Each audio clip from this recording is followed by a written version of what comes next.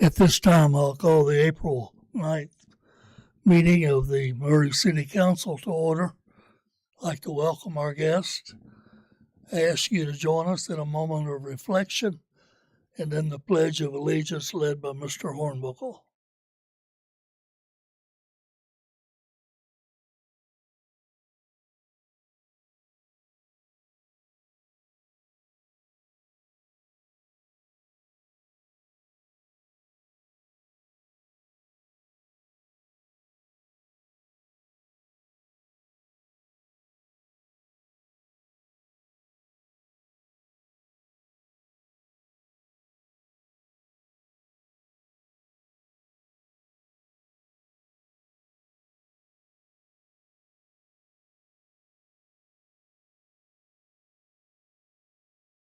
Thank you.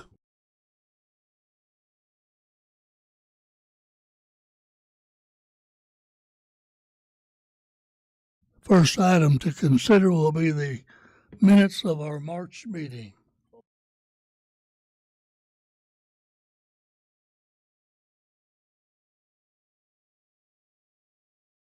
All in favor, please say aye. Opposed? And the minutes are approved. Mr. Hudspeth, I believe that Personnel and Finance had a meeting prior to this meeting. If you have a report. Yes, sir, we do. Before you do that, I'd like to introduce our new Director of Finance, who's been here 2 or 3 months now, and that's Jody Hicks. We're happy to have you, Jody. So, Mr. Horn. Personnel and Finance Committee met earlier today at 5:25. Those present were myself, Vice Chair, Johnny Bohannon, Wesley Boland wasn't here, Dr. Bonnie Higginson, and Monty McChristian. One item on our agenda was to look at the audit from 2026, and our Finance Director, Ms. Hicks, introduced Ms. Krista Romaine, and she gave us a favorable report, and she's here today to give us a little bit of that again, and have any questions that we may have.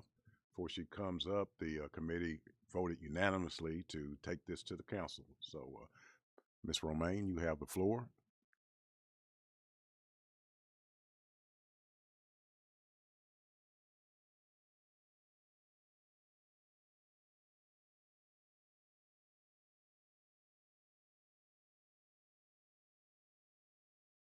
$2025, and I'm going to just give us a quick synopsis of those. It's 68 pages. A lot of detail is involved in this audit report.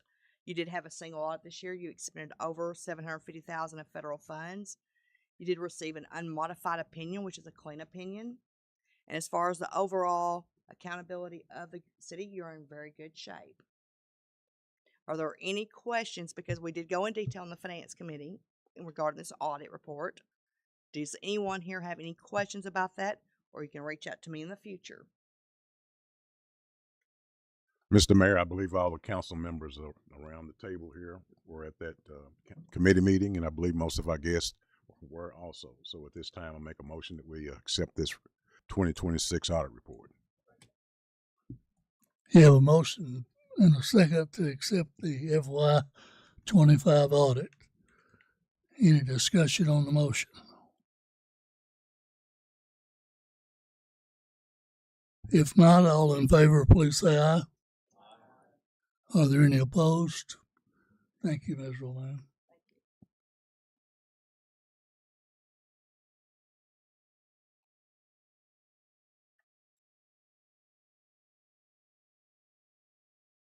Under the mayor's report, I've got a little bit longer report than I usually have. First thing I want to mention is that a council member or two have asked if we would take a look at the law passed by the legislature in 2025, which allows special vehicles on the legally approved vehicles on the streets and highways of Kentucky. He asked if you would like to take a look at that. And obviously, before you took a look at it, you need something to look at. And so I want to go through the process of how we might arrive at a proclamation for you to consider if you so choose.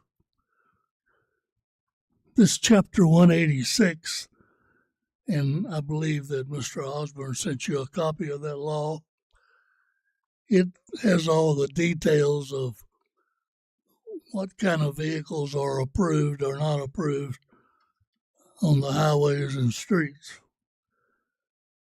As of now, these are not approved on the streets. Some of the counties have approved them. And so if you would like to take a look at that, here's the process that I would like to go through. Back several years ago, council voted to have a traffic safety committee. This committee was established to serve, consisting of the chief of police, the chief of fire, the director of planning and engineering, and the superintendent of the streets, or their designee. They are to determine, they have the authority within the guidelines of the Traffic Management Manual to coordinate traffic activities, to receive complaints having to do with traffic matters, and to recommend to the council ways and means for improving traffic conditions and the administration and reinforcement of those regulations. So the first step that I would like to see this go through is for the Traffic Safety Committee to look at the law and make a recommendation to our Transportation Committee of the council, who then would make a recommendation to the council if they so choose. So I'm going to refer that request to the Traffic Safety Committee to study and bring a report to our Traffic Committee made up of 6 members of the council. So that's the first thing I'm going to do. Secondly, our Director of Public Works has retired. After discussing this with the city administrator and the future mayor, I have decided that we will not replace that position at this time, but rather we will to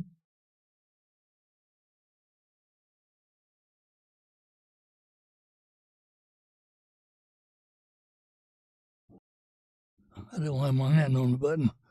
The street department, the gas and water department, the water treatment and wastewater department, and the sanitation department.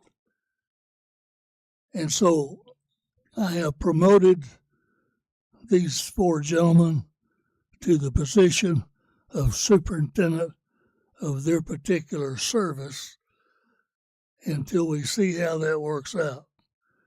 And I have asked them to come tonight and give an idea of some things that they're going to try to do between now and the end of the year. First of all, I'm going to ask James Oakley to come forward. Mr. Oakley is the superintendent of street and stormwater. He knows more about stormwater in the city of Murray than anyone that I know of. He's done a magnificent job of working with our stormwater problems the last few years. Mr. Oakley has been here since November of 2000. So for 26 years, he's been working for the city, and we want to utilize his knowledge in these areas. So, Mr. Oakley, if you would share some of the things that you want to try to do Thank you, Mayor. I really appreciate it, and it's a pleasure to be here. Thanks so much. I want to actually give a few announcements and then go over a few other things that activities going on in my departments. The first one will be brush pickup. Brush pickup will begin on 4/20 this month, and it will actually begin in what we consider a Section 5. That's south of Main Street, between South 12th and South 16th Street. The rotation will be, we'll move in a clockwise rotation around the city. And we actually have all the information already loaded into the city website, leaf and leaf and brush mount. And anybody in the city can get on there and follow our progression throughout the city, so they'll know exactly what areas we're at, what we've already done, and where we're going next. As soon as we get that done, actually, hopefully, it looks like leaf pickup will finish around the end of May, maybe a little bit sooner. It's all weather permitting, of course, with that. I'm gonna move my crews directly over to South 13th Street for a project sidewalk we have planned over there. It's approximately 700 linear feet of sidewalk. So we're looking to start that project at the end of May, which is just a month, as soon as we get done with leaf pickup. Excuse me, I'm sorry. So you're saying leaf pickup, now I'm moving into brush, so I apologize. Brush pickup. Asphalt plant is now open, as most or some people might know. I've already talked to Murray Paving.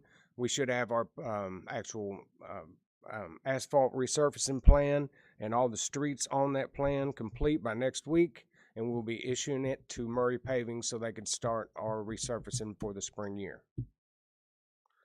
As far as a few projects I have going on, as I spoke of a while ago, the Sherry Lane Drainage Improvement Project.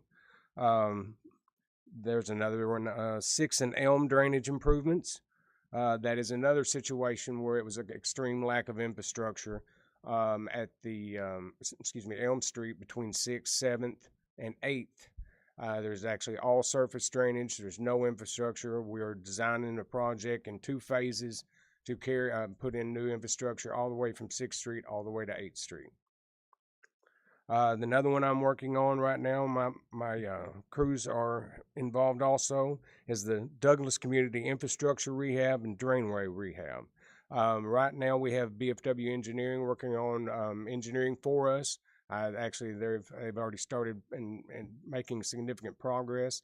They contacted me actually today to go ahead and set up a first meeting showing what some of the preliminary results are that they found. There's 2 streams, significant streams, both of them being about 1,000 linear footage each, that we are going to clean out. We do have to get right of entries to cross property to do it. I'm actually in the middle of working on those plans and submitting those forms for right of entry to get it complete. Another one we are doing in-house is the Poplar and Woodlawn Infrastructure Rehab. It's just at the intersection, the rehab is just completely, I shouldn't say completely deteriorated, but it has deteriorated to the extent it does need to be replaced. And like I said, I'll have my crews do that. We have a lot of our smaller projects like Plainview and Doran, Rocky Drive. My crews do all that in-house, and it's a great save as far as keeps us from having to bid out, go through the process and time, and pay a contractor percentage of an increase. Another pardon me, I apologize. I have a pollen attack today, and I'm so stuffy and I'm embarrassed of it, so excuse me about that. Another thing I'd like to mention, we as a city have to meet minimum control standards through the DOW KPDS permit. That's something we've been doing and had the permit since 2003. I have to send an annual report every year to the Division of Water that shows we meet 6 minimum control measures for stormwater quality. One of those minimum control measures is public participation and involvement.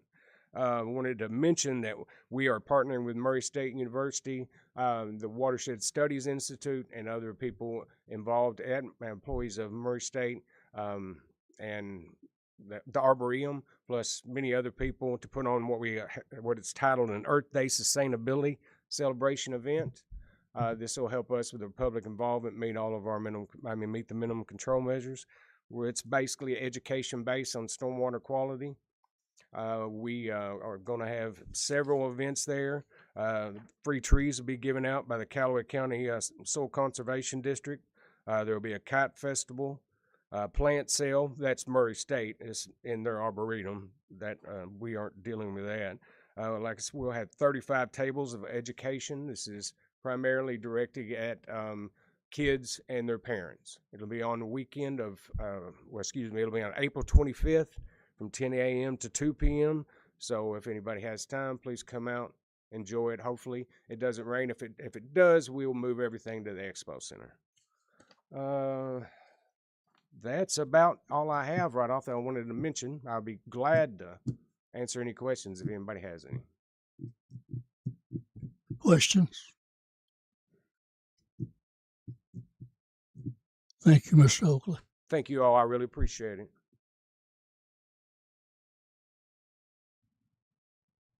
Next up, we have our superintendent of sanitation, and who's also over the cemetery and been with us since 2000. So almost 19 years he's been with us. And he's getting lots of calls these days about those blue carts that are laying out in the street. So I'm sure he'll address that. Mr. Albritton. Thank you, Mr. Mayor. We've been making a big major change. We've been changing from Republic to GFL Environmental Services. For the most part, most of the changes have went pretty smooth. GFL started doing collection on the very first day of April Fool's Day, very 1st of April.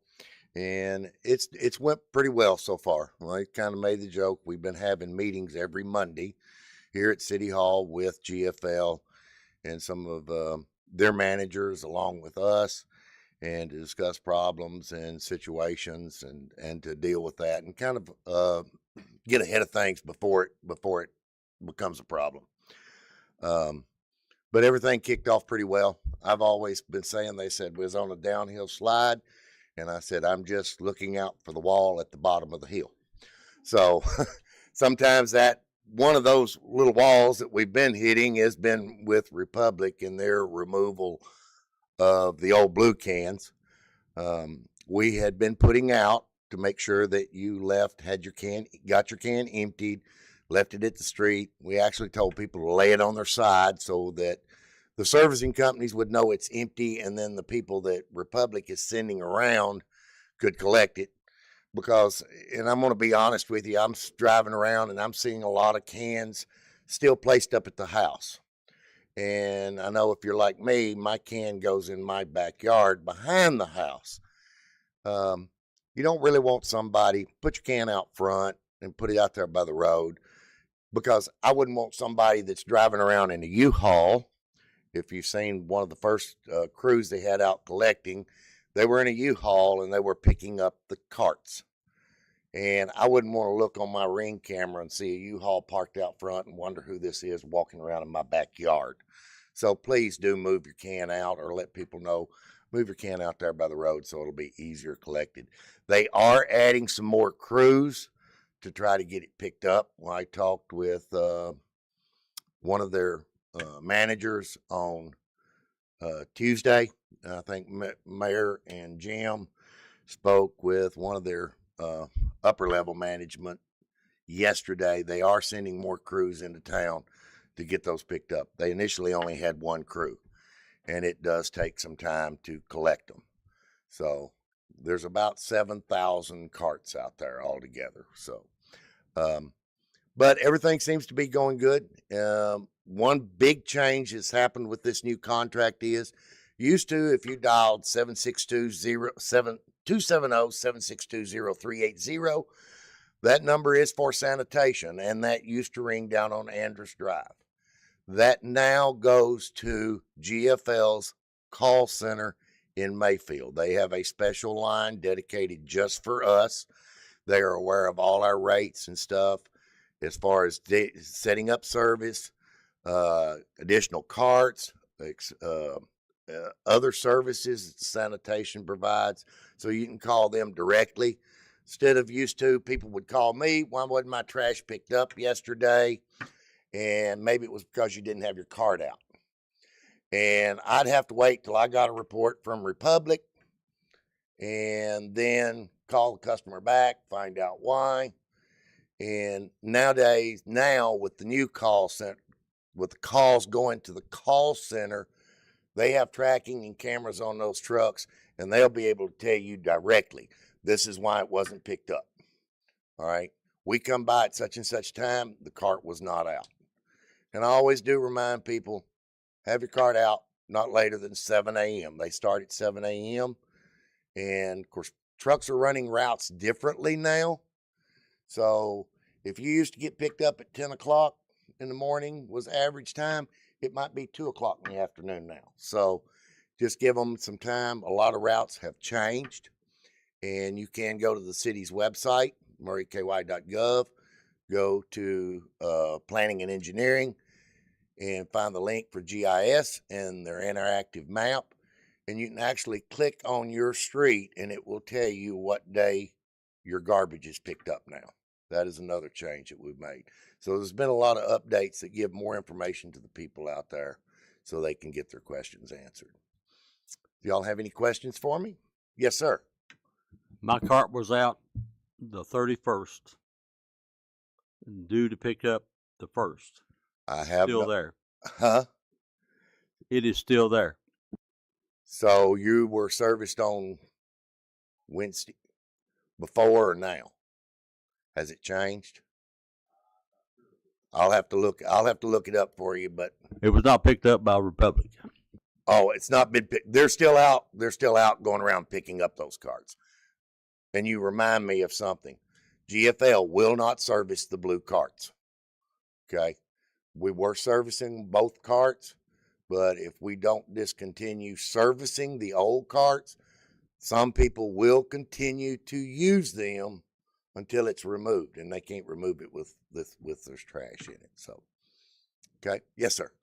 Just one question. I noticed that Republic had the robot arms picking up their cans. Yes. Currently, it looks like the driver and a guy on the back are doing that. Do you feel They it's actually, gonna stay that way? GFL has 2 trucks that are out running. They do have a sidearm truck that is running the majority of the route. They do have a rear load truck that is filling in. Its main purpose is to come in and get the commercial stops that use city carts. And then they go out and they augment the other truck with that one to cover the routes. So it is in town 5 days a week too. So yeah, most of the routes being picked up with the sidearm, but we do notice that one more because there is a couple of people with it. And I think somebody said they'd seen he was riding on the back of the truck like you used to see them years and years ago. So, okay. But there's no commercial dumpsters or servicing. That is strictly for residential type carts. Any other questions? This lady has a question. Yeah. So you mentioned that there's a number on each one. It's different on each can. Each cart has a serial number. Yeah. Those serial numbers, when the carts were delivered, it was recorded to what address that cart went to. So they do. What kind of information is being collected? Like maybe we only put it out once a month because we have to. No, they're not collecting that kind of information. What happens is, and I know I've dealt with this a lot in the past, all of our carts have always had serial numbers. When we started the recycling process, curbside recycling, we collected all the cart numbers, the serial numbers on the carts where every address that got a recycling cart. That way, when a cart come up missing and then we found one somewhere else, we knew where the cart belonged and where it come from. We've only lost, in the last 5 years that we've been doing the commercial curbside recycling, we've only lost one cart. With trash, they always had a serial number. We advised people to record their serial number because most especially in high rental areas, carts have a tendency to walk. Somebody moves out, somebody else sees, oh, there's nobody living there, there's still a cart there, it walks off somewhere else, okay? Or maybe sometimes they take it with them. I have found City of Murray carts in Hazel. I have found City of Murray carts in Benton and Mayfield, okay? With that, they know what cart was supposed to be there. They know how many carts are supposed to be there, and it's just for tracking the carts. So if your cart comes up missing and they find one that's out of place, they can go back and they can look at that cart number and they say, this cart belonged at this address. It's been replaced now, but we know where it went to. It's okay. Thank you, Ron. You're welcome, sir. Thank you. And good luck. I need it, sir. In October of 2011, Jamie Irvin joined the city staff. Jamie, his division is in charge of installing all of the gas lines, water lines, and sewer lines, and servicing them, and the meters, and so forth. So he is the superintendent of that division of our public works. So Jamie. Good evening. Thank you, Mr. Mayor. Most of you know me. I do see some new faces. I haven't been here in a while, so good to meet you. So our focus is heavily on in-house projects. We pride ourselves on doing in-house projects. It saves the city money, which we all like. I'm sure you guys are all familiar with the Opportunity Drive project. It's 8,000 feet of 10-inch water main that's going to connect Poor Farm Road to Robert Young Boulevard via Opportunity Drive. So this is important. It provides a second feed for our industrial park as well as a second feed for our 641 North water tank. Had to be done. So we have a grant, and we were able to obtain a grant, thankfully, for that. We're doing this project, about 90% of it in-house. So if we were to bid this project out, the bid would be approximately $1.6 million if we had to completely outsource this. We will complete this project with our in-house labor for approximately $725,000. So that's a savings of $875,000 that we can use elsewhere to do things that maybe we can't do ourselves, or utilize the remainder of this grant money to complete other projects in-house. So we love doing in-house projects. Luckily, the city of Murray is fortunate to have well-trained, dedicated staff that are able to do these things, which is great. A lot of cities aren't that fortunate. We are, so that's good. Our natural gas division, we look to pick up about 12 chicken barns this year. We'll do that ourselves in-house. That's going to be about between 7,000 and 9,000 feet of 4-inch gas main that we'll run for that. We continue our regulatory commitments, which are extensive for the natural gas division. So all of our people are well trained for that as well, which is good. We're able to keep our rates low in comparison to other cities around, which is good. Another thing for water, we're continuing to implement our AMI, AMR system, which will relieve the stress on our meter readers in the future. The days of going door to door, house to house, walking, reading meters will eventually come to an end at some point in the future. It already has for a lot of cities. So that's way down the road, but that's our vision of the future here. Is to just have meter techs would be great. You'll always have a need for meter readers. I'm not trying to, nobody's going to lose their job, hopefully, whatever. But so just our focus is in-house projects. We have a few for sewer. Mostly our concern for sewer is just rehabilitating what we already have in the ground. As we expand, as properties annex into the city, we will extend our sewer accordingly. As for now, it's just maintaining our day-to-day sewer operations. And that's about it. Just business as usual. So, any questions? No. Questions, anyone? Good deal. All right. Thank you, Jamie. In July of 2013, Paul Woods came to work for the city. He's worked his way up. He's now in charge of the water treatment plant and the wastewater plant. Two very, very critical divisions of our public works. So, Paul, Good afternoon, guys. How are y'all? I'm going to start with the wastewater treatment plant, the installation of the septage receiving machine. So this is a machine that processes waste from the septage haulers. Sometimes septage haulers, what it contains is grease, rags that are hard on our pumps, so we need to remove that. Electricians are finishing up on this project. It's a little later than what we hoped. We're hoping that next month we'll be fully operational to accept hauler grease. The wastewater lab project. So this project, we are doubling the square footage of the laboratory at the wastewater plant. We are replacing the cabinets, countertops, the suspended ceiling, and the flooring. So far, we set up the temporary lab. We demoed the old lab cabinets and the countertops and received the new cabinets. This is an in-house project, so we don't work on it every single day, but we do hope to have this done by summertime. So for the drinking water treatment plant, the new filter building preliminary design, we have received 2 proposals from engineering firms for the preliminary design of a new filter building. The need for this project is the aging piping in the filter building, and to increase the capacity of this plant for future growth. So I'm hoping we can break ground on this project after the design 5 to 10 years from now. The microbiology lab that's at the drinking water treatment plant, I'm proud to report our customer base for the bacteriological testing has doubled.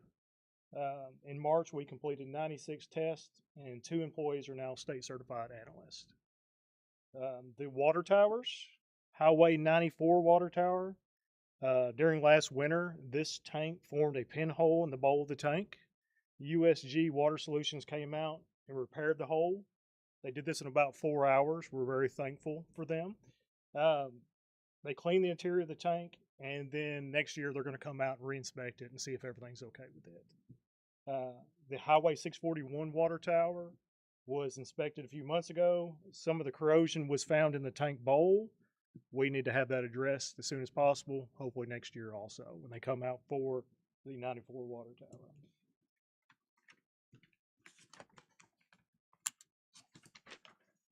And then the 18th Street water tower, the interior and exterior of the tank was cleaned last year, and they found no repairs were needed at this time. And the Robertson Road water tower was also inspected recently with no repairs are needed at this time either. So, y'all have any questions?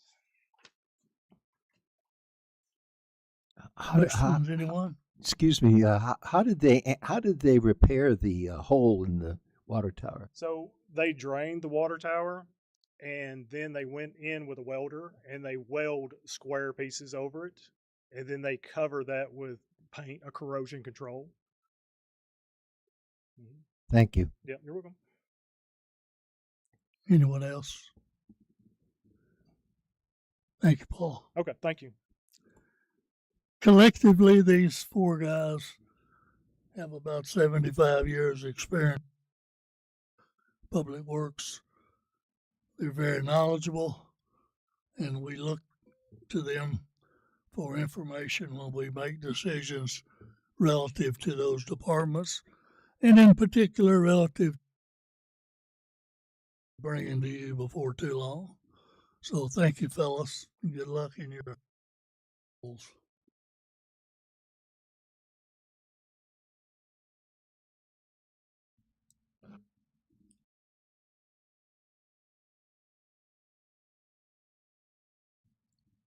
Ms. Cherry, did the cemetery meeting have a meeting before this meeting? Yes, sir, I do. The cemetery committee met at 5 p.m. today. Those present were Joe Darnell, myself, Linda Cherry, chair, Alice Rouse, co-chair, Johnny Bohannon, Terry Streeter, Dr. Terry Streeter, and Thomas Hornbuckle. The first item on the agenda was a discussion regarding painting of the retaining wall on the southwest corner of the cemetery. The city received 2 estimates to paint the wall. The low quote was from Lakeland Painting for the amount of $2,460. The second item was a discussion regarding the purchase of waste containers to replace containers that are in disrepair. These containers are decorative with the City of Murray seals on them. The quote for 6 new containers was from Gladstone Incorporated in the amount of $2,433, which included shipping. The final item discussed was the approval to construct a mausoleum on the northern lot of the cemetery that joins Bee Creek Drive. The city placed out bids for the mausoleum and got no response. Upon contacting individual companies, we received quotes from Cold Spring USA and Ingram Construction. The low quote was from Cold Spring in the amount of $337,700. The committee recommends accepting the low quote in each of these purchases. You've heard the report and the recommendation from the committee. Do I hear a motion? I make a motion we accept the bids. You have a motion and a second to accept these 3 bids. One for painting a wall, a waste container, constructed. Any discussion on? Just one quick question, Mr. Mayor. I was in their meeting, but it was too cold in that room, so I had to get out of there. But anyway, the low bid was $337, and they had 3 options. Is that those options based on a number of mausoleums? If so, what's the current number that we'll be buying this time? Yes. Was for 96 crypts and 72 niches, if I'm not mistaken. Other questions? All in favor of the motion, say aye. Aye. Any opposed? And so the report and the motion is.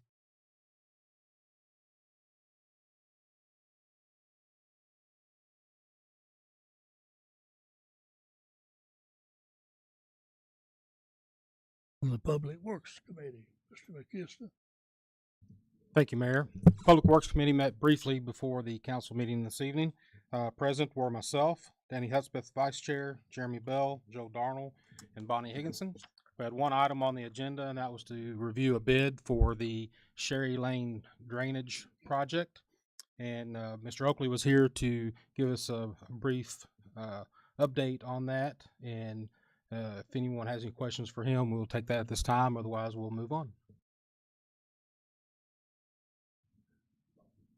You've heard the report and the recommendation concerning this bid. What's your pleasure? The committee voted unanimously to accept the low bid from Parker Excavating in the amount of $43,185. Thank you. I'll second that motion if he's making a motion. Motion made and second to approve the low bid for the Sherry Drive project. Any discussion? All in favor say aye. Aye. Opposed? And that is approved. Now we have some surplus property to consider. Mr. Osborne, do you have that information? Yes, sir, Mayor. I believe you'll see in your packet, the police department would like to surplus some items. These items are at the end of their lifespan. They'll be advertised on GovDeals and auctioned off if the council will agree to declare those surplus. So You have the list in front of you, so I would ask for that approval to put these on Gov Deals and surplus them. Move approval. Second. Motion made and second to approve this list of property as surplus. Any discussion? All in favor say aye. Aye. Any opposed? And that is approved. Mr. Mayor, being no further business before this council, I move we adjourn. Motion made and second to adjourn this meeting. All in favor say aye. Opposed?